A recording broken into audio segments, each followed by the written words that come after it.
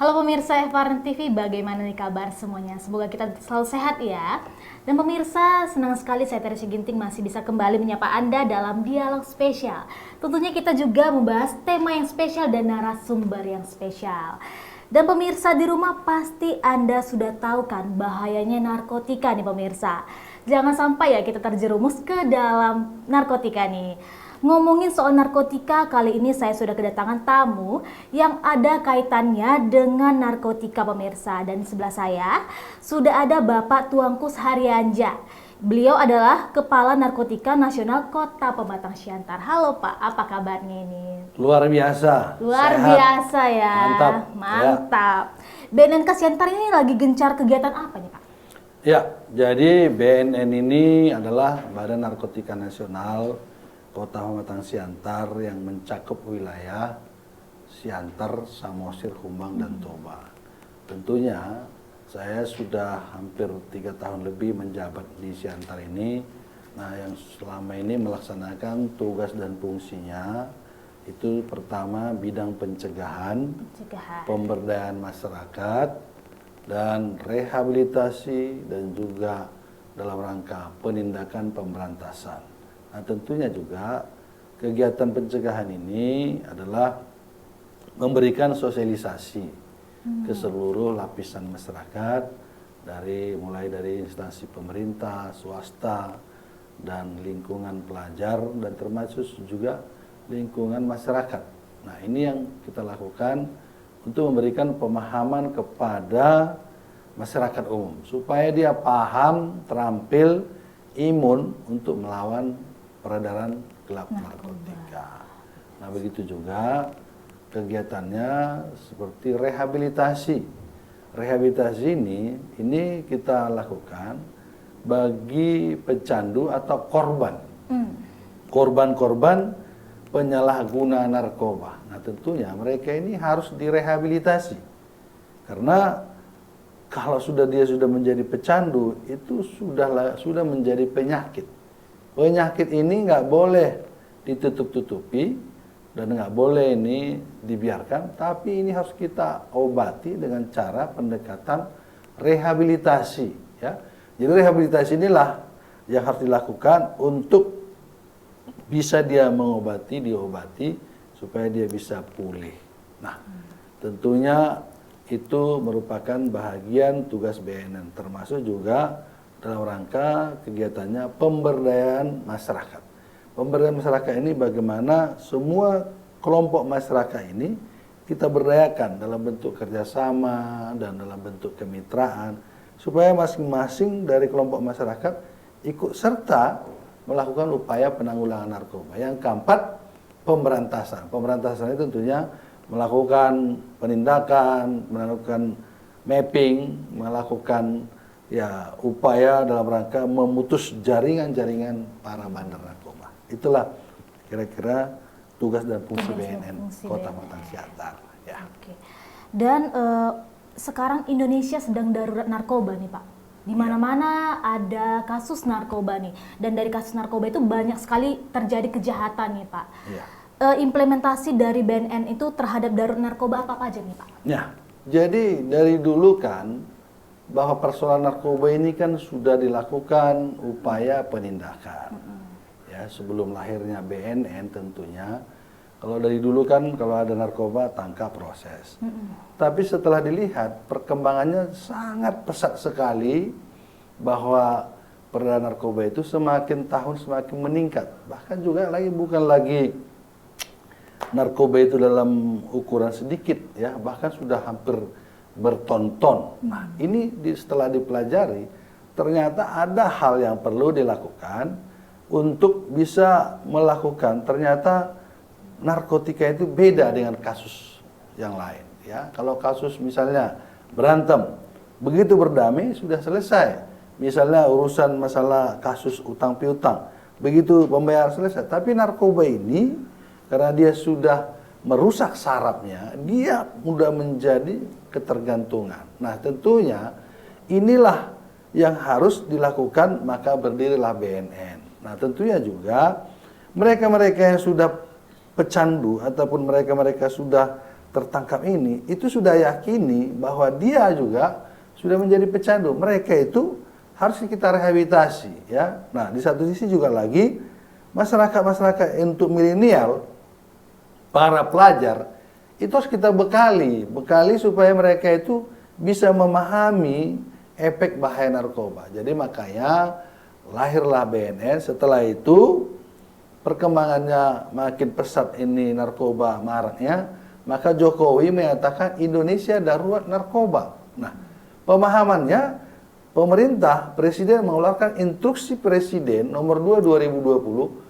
bahwa masalah narkoba ini tidak lagi hanya tugas kita semata, tapi semua kementerian lembaga itu harus ikut serta dalam rangka melakukan upaya dengan penanggulangan narkoba, ya. Artinya semua kementerian termasuk dari pemerintah kabupaten kota, artinya pemerintah kota, pemerintah kabupaten, dan termasuk juga Pemprov, itu harus juga bersama-sama melakukan upaya dalam rangka penanggulangan narkoba ini. Nah, begitu juga dari pihak-pihak BUMN, harus juga bersama-sama. Itu yang dimaksud implementasinya.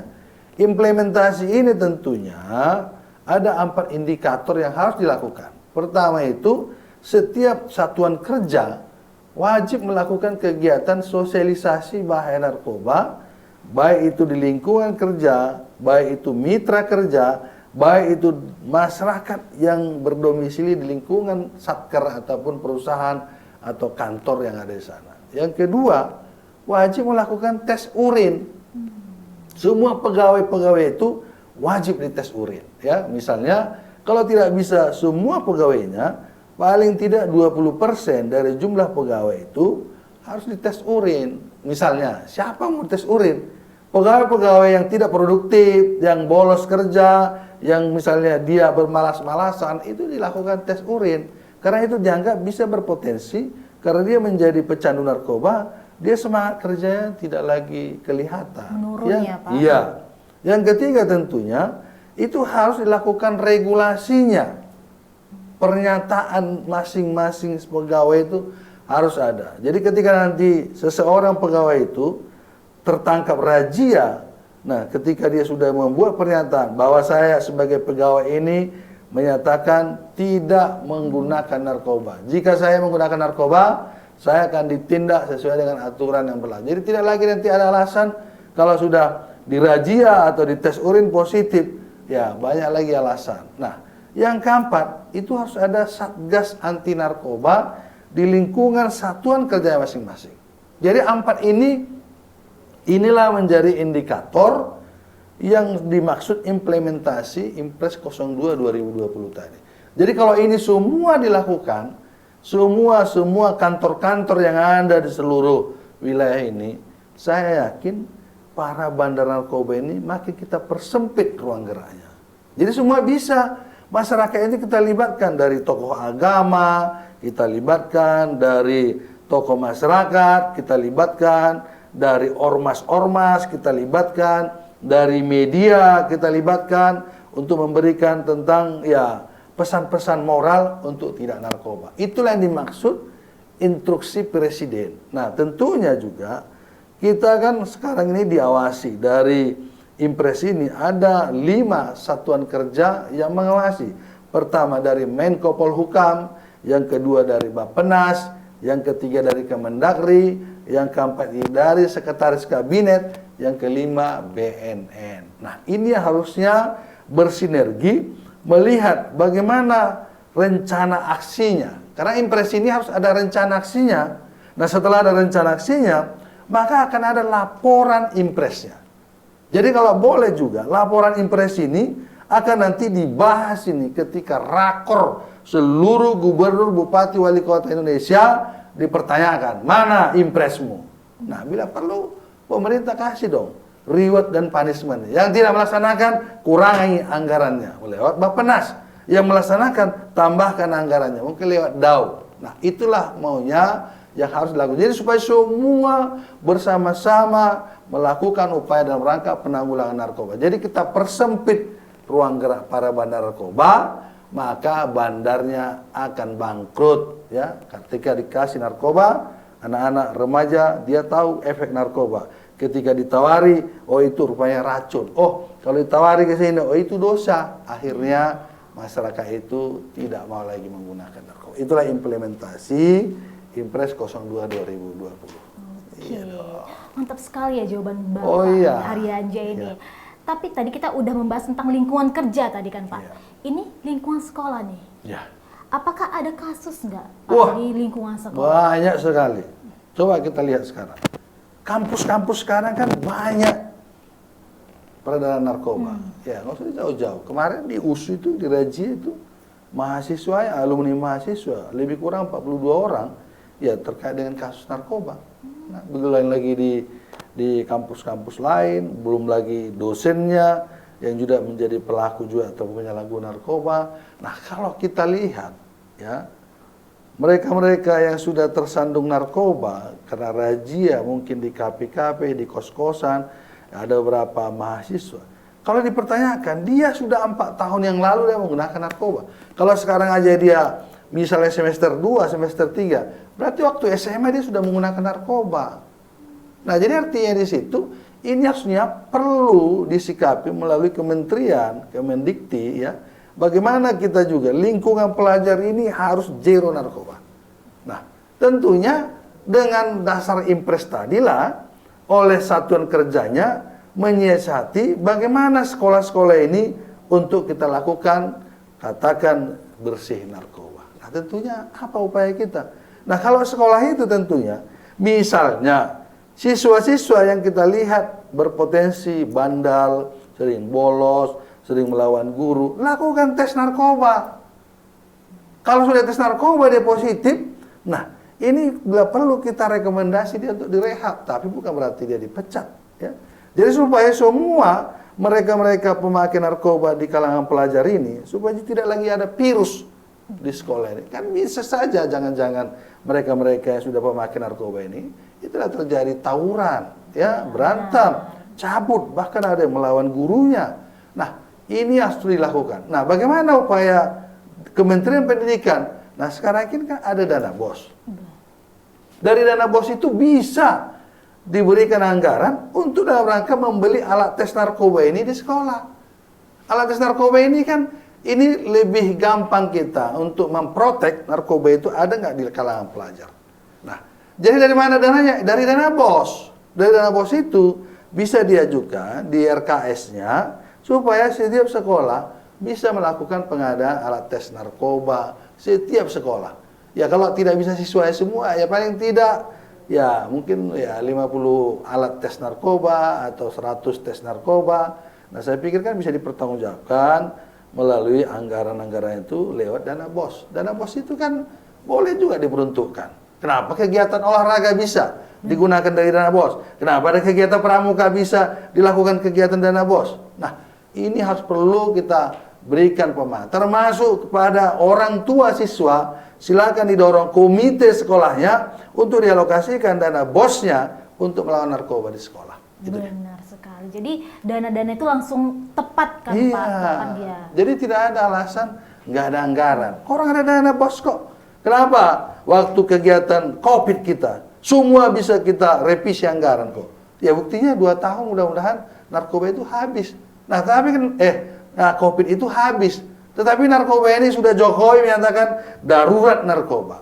Ada instruksi presidennya. Nah jadi kalau ini dilakukan reward dan punishment, ini kan akan menjadi satu program yang harus diprioritaskan. Karena negara kita ini, kalau ini kita biarkan, negara ini akan bisa lost generasi. Bisa kita ini dengan bisa. Ini salah satu perang candu yang digunakan negara asing menjajah Indonesia. Benar sekali, karena bisa aja nih pemirsa, dari narkoba nih menjadi kemana-mana nih kejahatannya, makin membludaklah kekerasan di Indonesia. Nah pemirsa, kita jeda iklan sebentar ya, jangan kemana-mana karena sehabis iklan ini saya dan juga Pak Tuankus Haryanja masih akan berbincang-bincang mengenai penyebaran narkoba. Jadi jangan kemana-mana, tetap di Dialog Spesial bersama BNN Pematang Siantar.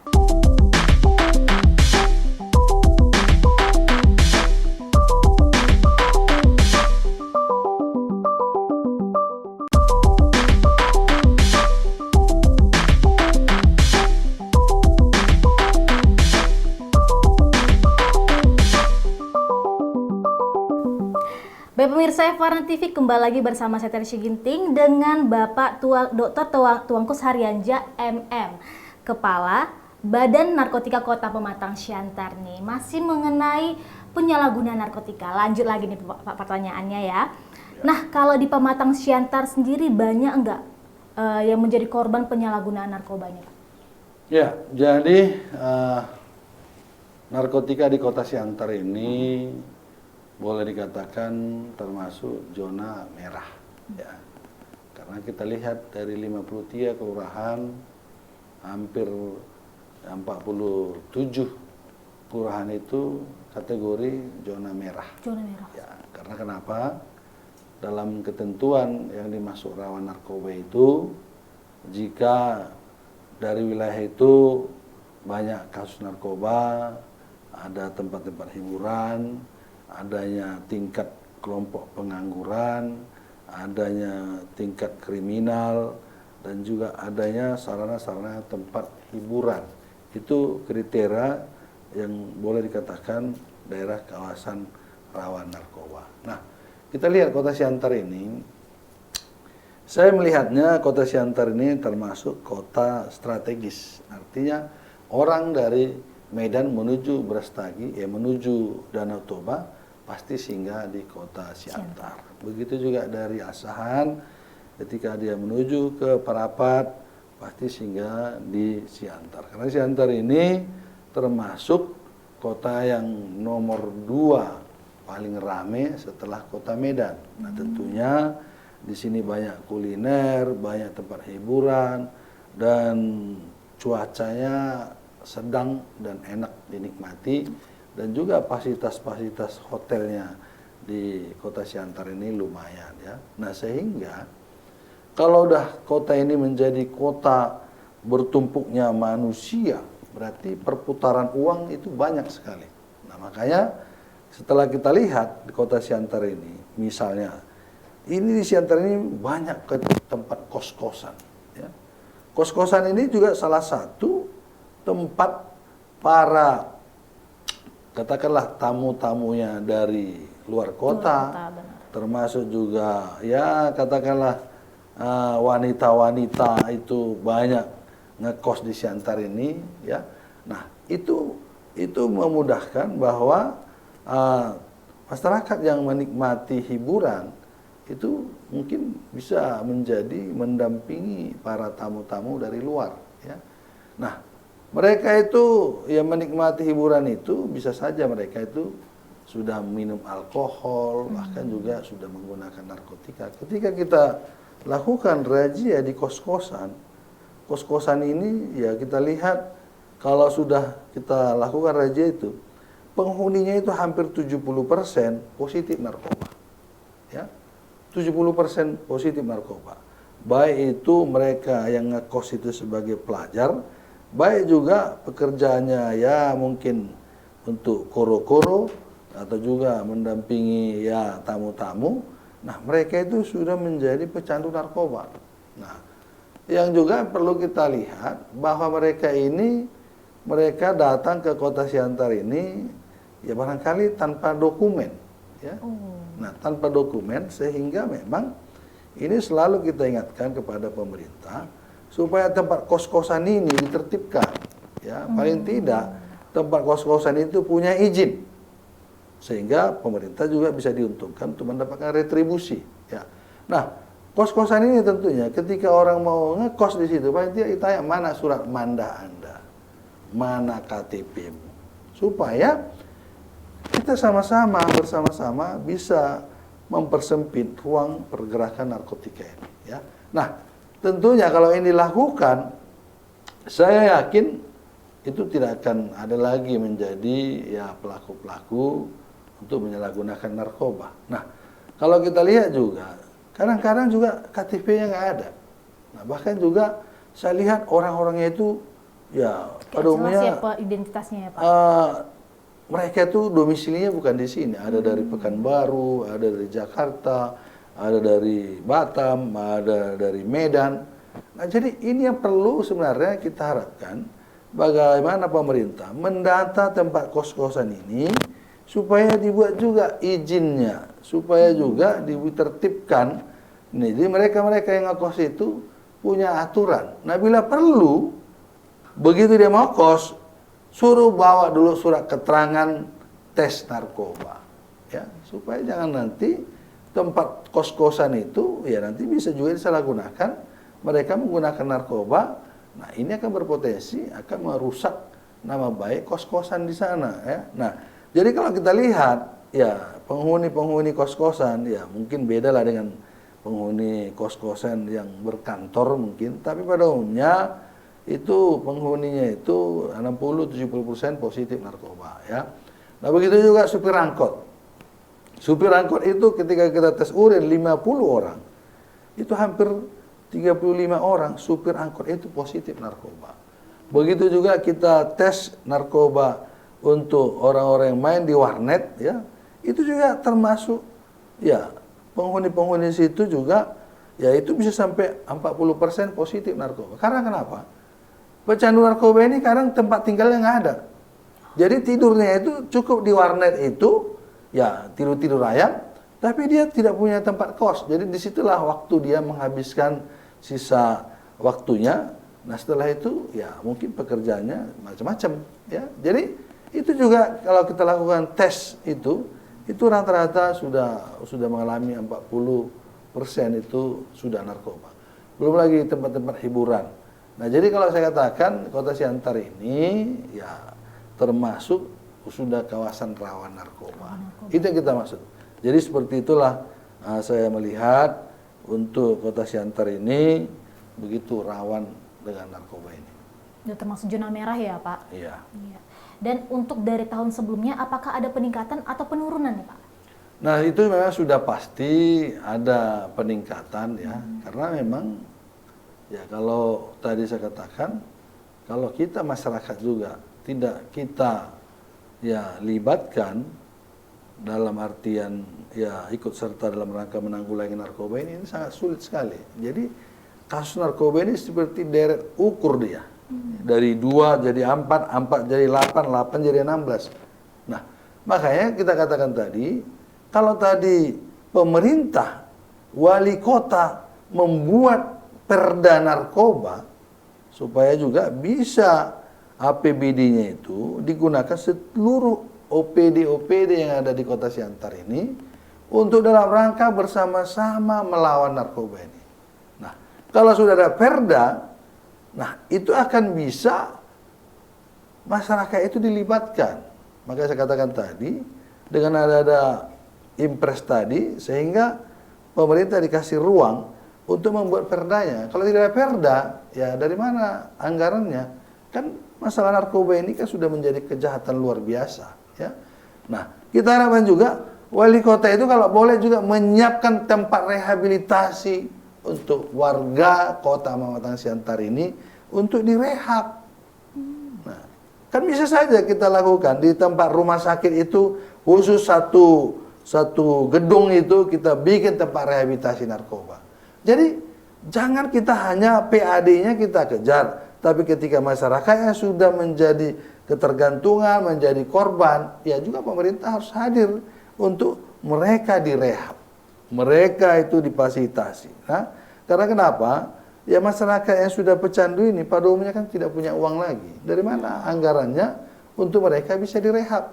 Nah, makanya kalau bisa pemerintah Kota Mamatang Siantar bisa melakukan biaya untuk rehab, saya yakin semua yang sudah pecandu-pecandu narkoba ini masukkan ke tempat rehab. Supaya tidak ada lagi virus di tengah-tengah masyarakat. Yang sudah korban dia, kita rehab. Yang siswa-siswa remaja, muda-mudi ataupun pelajar, kita bekali dia untuk terampil menolak narkoba. Sehingga kita tinggal melihat bandar-bandar narkoba ini kita tangkap.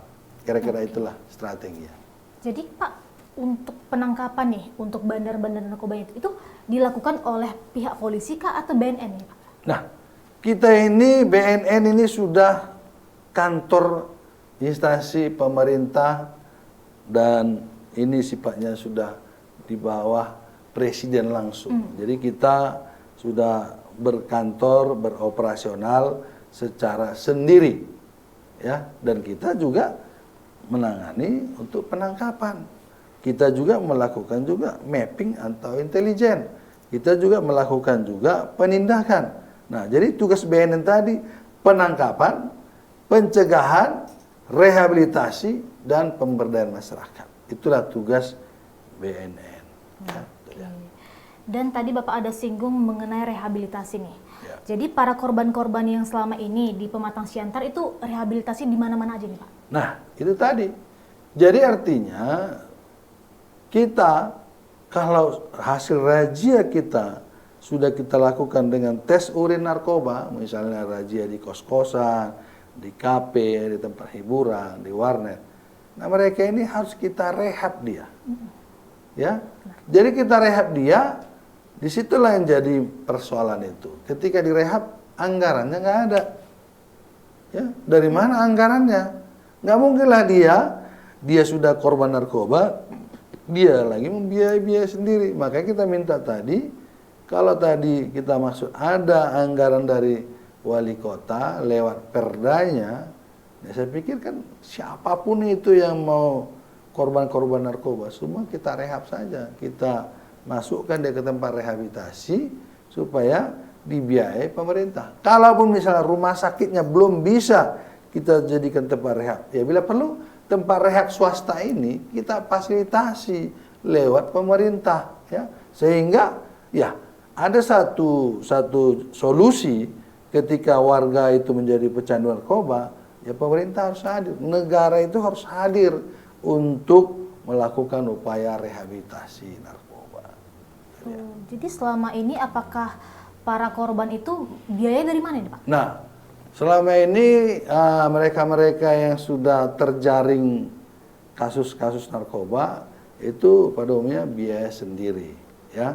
Tapi memang di tahun belakangan ini Gubernur Sumatera Utara mengalokasikan anggarannya lewat APBD provinsi untuk dibiayai oleh APBD provinsi untuk rehabilitasi. Kalau nggak salah tahun ini ada sekitar 600 orang yang dibiayai oleh APBD provinsi. Jadi sekarang ini ya itulah salah satu keberuntungan kita karena sudah ada perda narkoba di Pemprov Sumatera Utara, itu sekarang bisa kita manfaatkan. Jadi kita boleh gunakan dari anggaran dari APBD provinsi untuk rehab. Tapi kalau juga tadi Pemko Pematang Siantar juga mengalokasikan, mungkin kita bisa dorong masyarakat ini supaya direhab. Jadi rehab itu bukan karena ditangkap, bukan karena dirazia, tapi secara kesadaran sendiri, secara voluntary, mereka datang ke kantor untuk merawat ataupun merehabkan dirinya atau lewat orang tuanya. Tapi artinya biaya itu dari pemerintah Kota Pematang Siantar. Ya. Jadi pemirsa, seru sekali ya pembicaraan kita mengenai penyebaran narkoba ini. Ternyata ada nih pusat rehabilitasi dan sekarang sudah ada perda dari Pemprov sendiri ya Pak untuk pembiayaan untuk rehabilitasinya itu. Dan pemirsa, kita break dulu ya sebentar, dan di segmen terakhir nanti kita akan membahas tentang impres yang sebelumnya Pak Haryansyah udah menyebutkan nih, instruksi Presiden nomor 2 tahun 2020 tentang pencegahan dan pemberantasan narkotika. Jadi jangan kemana-mana, tetap di Dialog Spesial bersama BNN Kota Pematang Siantar.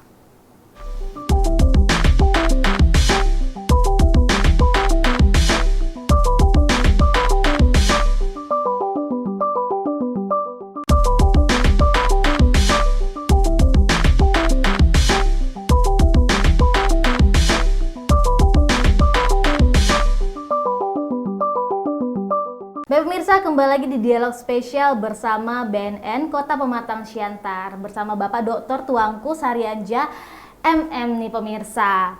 Tadi kita sudah membahas seputar narkotika nih dan juga pemberantasannya, bagaimana pihak-pihak apa saja yang perlu berperan dalam pemberantasan narkotika ini. Dan di segmen ini kita akan membahas tentang instruksi Presiden nomor 2 tahun 2020 nih pemirsa. Nah, jadi Pak, bagaimana kira-kira dalam menyikapi Impres nomor 2 tahun 2020 ini Pak? Nah, jadi Impres ini kan itu kan berlaku dengan sampai 2024. Ini sudah berjalan untuk 3 tahun ya. Nah, harusnya memang oleh instansi yang terkait dalam pengawasan impres ini, tentunya sudah harus ada lembaga penghubung dalam impres ini kepada satuan-satuan kerja di wilayah dari kabupaten kota, ya. Jadi artinya, misalnya nih, dalam pengawasan ini kan ada namanya dari Kemenko Polhukam, ada dari Kemendagri, ada dari Bappenas, ada dari Sekretaris Kabinet, ada dari BNN. Nah, ini sebenarnya yang harus kita dorong, bagaimana bisa melihat efektivitas dalam rangka pelaksanaan rencana aksinya. Nah, tentunya kalau sudah rencana aksi, itu harus ada laporannya. Nah, tentunya memang kita harapkan sekarang ini hampir itu tidak berjalan, karena dianggap itu seolah-olah bukan tupoksinya, sehingga terjadi ego sektoral, ya. Nah, ini yang perlu kita berikan, bagaimana penguatan dari pusat bahwa dalam langkah pelaporan ini tentunya benar-benar dilakukan rapat koordinasi kepada seluruh gubernur, bupati, wali kota untuk mempertegas dari kabupaten mana, kota yang tidak melaksanakan impres ini. Nah, kalau ini nggak dilakukan, ya saya yakin ini bisa berlalu seperti itu saja. Mungkin juga sampai 2024 juga impres ini juga tidak bisa berkembang. Nah, jadi artinya juga sebenarnya itu yang terjadi di tengah-tengah wilayah, bahwa hampir seluruh kementerian lembaga itu tidak melaksanakan, ya. Jadi misalnya kalau kita lihat dari Pemko-nya misalnya, kalau kita cek itu di setiap OPD, hampir tidak ada kegiatan-kegiatan yang namanya untuk dalam rangka program P4GN ini. P4GN ini kan pencegahan, pemberantasan, penyalahgunaan dan peredaran gelap narkoba. Hampir tidak ada. Nah, kenapa tidak ada? Karena tidak ada anggarannya. Kenapa tidak ada anggaran? Karena tidak ada perdanya. Nah, makanya kita harapkan sebenarnya setiap kabupaten kota itu harus adalah perdanya, supaya ada regulasi yang mempertanggungjawabkan anggaran APBD itu untuk bisa digunakan dalam rangka untuk melaksanakan kegiatan dengan penanggulangan narkoba. Sehingga semua dari lapisan masyarakat, dari kelompok masyarakat ikut serta dia dalam rangka upaya untuk penanggulangan penyalahgunaan narkoba ini. Itu yang kita lihat belum berjalan. Jadi kalau ini sebenarnya sudah dilaksanakan, saya yakin ya semua setiap satker OPD itu harus berjalan. Misalnya dari Kementerian BUMN, kan banyak nih, dari perbankan, dari perkebunan, dari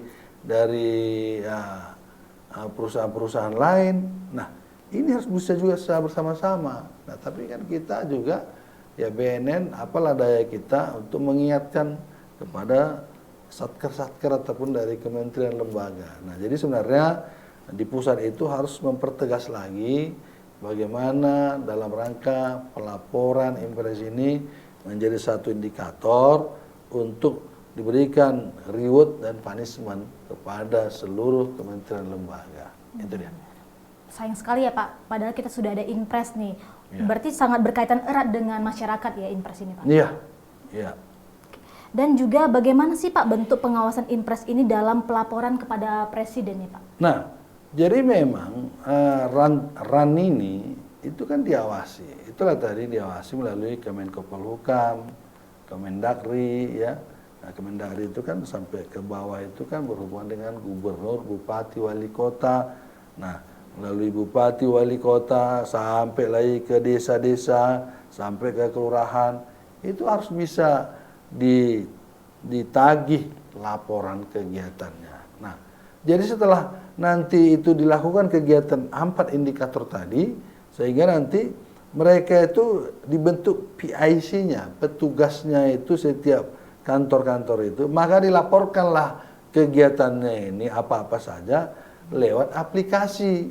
Jadi tidak perlu kita kirim pakai data-data lewat manual ke presiden.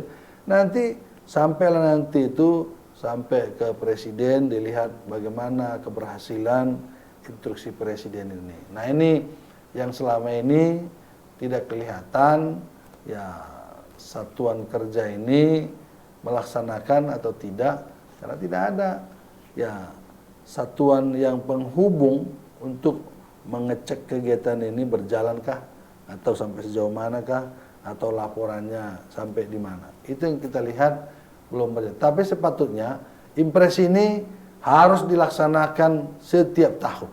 Jadi setiap 6 bulan itu harus dilaporkan. Nanti misalnya bulan 1 sampai bulan 6 itulah tadi kegiatan dilaksanakan. Nanti bulan 6 itu dilaporkan ke presiden lewat aplikasi dan VIC setiap satker yang di kantor masing-masing. Nanti bulan 7 lagi sampai bulan Desember itu dilaksanakan lagi, nanti di Desember dilaporkan lagi itu kepada presiden. Itulah ada bentuk pengawasan dalam kegiatan impres ini. Lalu siapa nih Pak yang menjadi penanggung jawab atas hal tersebut? Ya sebenarnya semua kementerian harus bertanggung jawab. Misalnya kan dari 5 institusi tadi ya sebagai dalam fungsi pengawasan, Kementerian Menko Polhukam, baru Bappenas, baru dari Kemendagri, baru dari Sekretaris Kabinet dan juga BNN. Nah ini ya sebenarnya yang harus selalu lebih proaktif untuk mengecek setiap bulan. Jadi kalau tidak pernah dicek setiap bulan lewat ya katakan petugas penghubung, ya ini bisa bablas ya setiap semester itu nggak bakalan. Nah jadi itulah sebagai indikator parameter impres ini berjalan atau tidak ya. Jadi itu yang kita lihat belum berjalan secara maksimal, kira-kira gitu. Berarti selama ini apakah sudah ada laporan atau masih minim nih Pak? Nah, kalau kita BNN itu setiap semester itu kita laporkan dalam bentuk 4 indikator ini kita lakukan. Malah kita juga banyak mendampingi oleh satker-satker lain dan pemerintah untuk melaporkan bentuk-bentuk kegiatan yang dilaksanakan oleh dari kementerian ya barangkali di bawah jajaran Kemendagri, oleh Pemko, Pemkap itu kita dampingi ya. Sebenarnya itu ya harusnya satker itu masing-masing lah yang melaporkan itu ke jenjang lebih tinggi, ke pimpinan mereka masing-masing supaya nanti dilaporkan kepada presiden. Oke. Dan ini pertanyaan terakhir nih Pak. Adakah kontak pengaduan nih bila masyarakat menemukan kecurigaan di suatu lokasi terjadi penyebaran narkoba nih Pak? Dari BNN sendiri adakah? Ya, itu selalu kita sampaikan kepada masyarakat untuk melaporkan. Bahkan nomor handphone saya langsung pun saya kasih kepada masyarakat itu supaya bisa masyarakat itu melaporkan langsung kepada saya ya, supaya anggota-anggota juga tidak bermain-main dan juga kita langsung tahu apa masalah-masalah. Tapi kadang-kadang masyarakat ini ya mungkin sudah apatis juga ya. Apatis ya, mungkin mereka merasa selama ini ada yang ya pengaduannya tidak ditanggapi, tapi juga kelihatannya narkoba ini makin marak. Tapi kita harapkan ya kita harus juga selalu melakukan untuk yang terbaik kepada masyarakat kita. Oke. Nah itu dia pemirsa, bincang-bincang kita mengenai penyalahgunaan narkotika ini pemirsa. Tak terasa saya dan ke Bapak Tuankus Haryanja, Kepala BNN Kota Pematang Siantar nih, sudah 30 menit menemani Anda. Dan pemirsa, penyalahgunaan narkotika akan berdampak buruk nih bagi kita dan juga keluarga kita di sekitar kita nih pemirsa. Jadi maka dari itu sayangilah keluarga dan jauhi narkoba ya Pak. Setuju. Oke. Nah pemirsa, saya bersama Bapak Dr. Tuankus Haryanja MM, Kepala Badan Narkotika Nasional Kota Pematang Siantar pamit nih pemirsa dari hadapan Anda. Dan sampai bertemu di dialog spesial berikutnya, tentunya bersama dengan narasumber hebat lainnya. Saya Teres Ginting pamit undur diri. Sampai jumpa. Oke Bapak, terima kasih banyak. Oke, thank you. Oke.